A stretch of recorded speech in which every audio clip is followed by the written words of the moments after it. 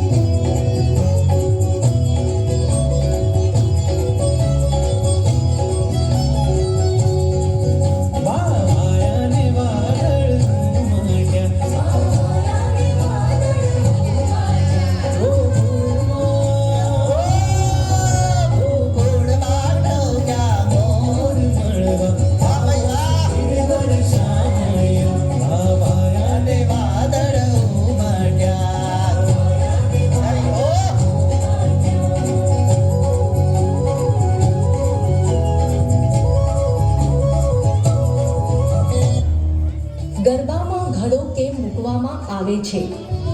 માટીનો ઘડો માતાના ગર્ભનું સર્જન અને જીવનના સ્ત્રોતનું પ્રતીક છે. ઘડાના અંદર જે દીવો પ્રગટાવવામાં આવે છે, એ આત્મા અને દેવી શક્તિનો પ્રકાશ દર્શાવે છે. જેમ ગર્ભમાં જીવન પોષાય છે, તેમ આ દીવાથી સમગ્ર સૃષ્ટિમાં ઉર્જા અને આશા ફેલાય છે.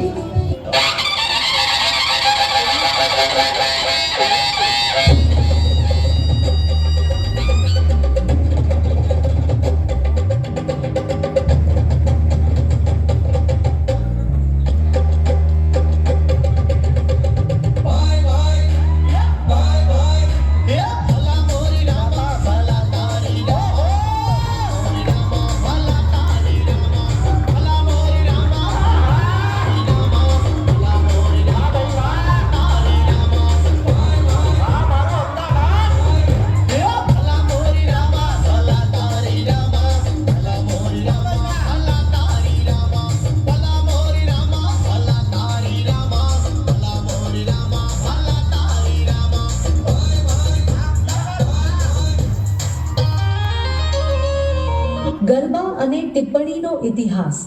જૂના સમયમાં ગામની મહિલાઓ ખેતરમાં કામ કરતી વખતે જમીન દબાવવા અને તેને સમતળ બનાવવા માટે ટિપ્પણીનો ઉપયોગ કરતી.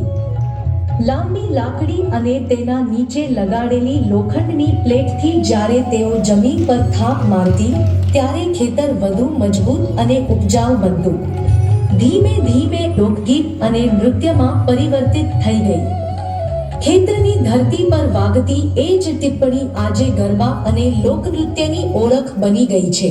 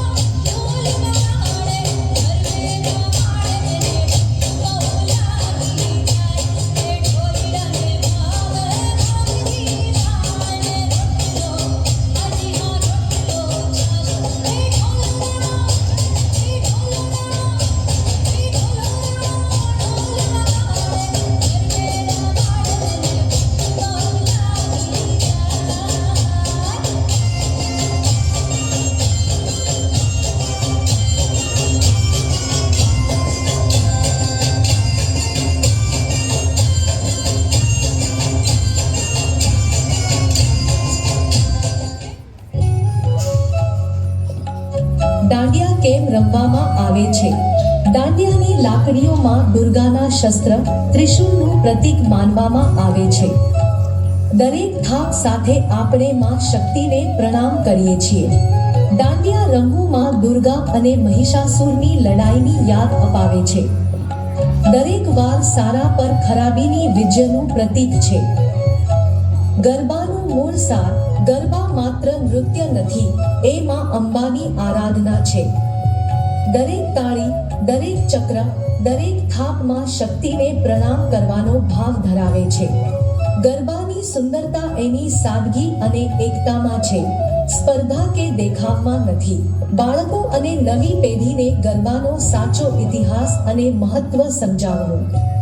એકતાનો ભાવ જીવંત રાખવો. કોઈ પણ કેવા પણ રૂપમાં હોય, ગરબાના ઘેરામાં બધા સમાન છે.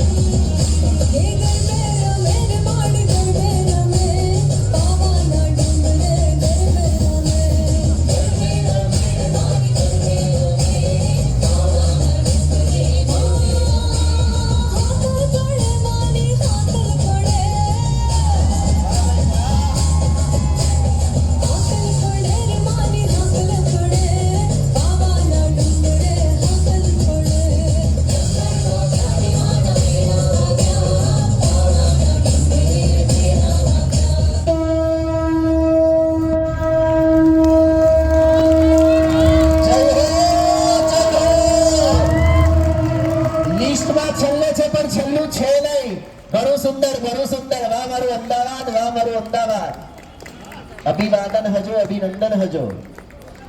જય ભવાની.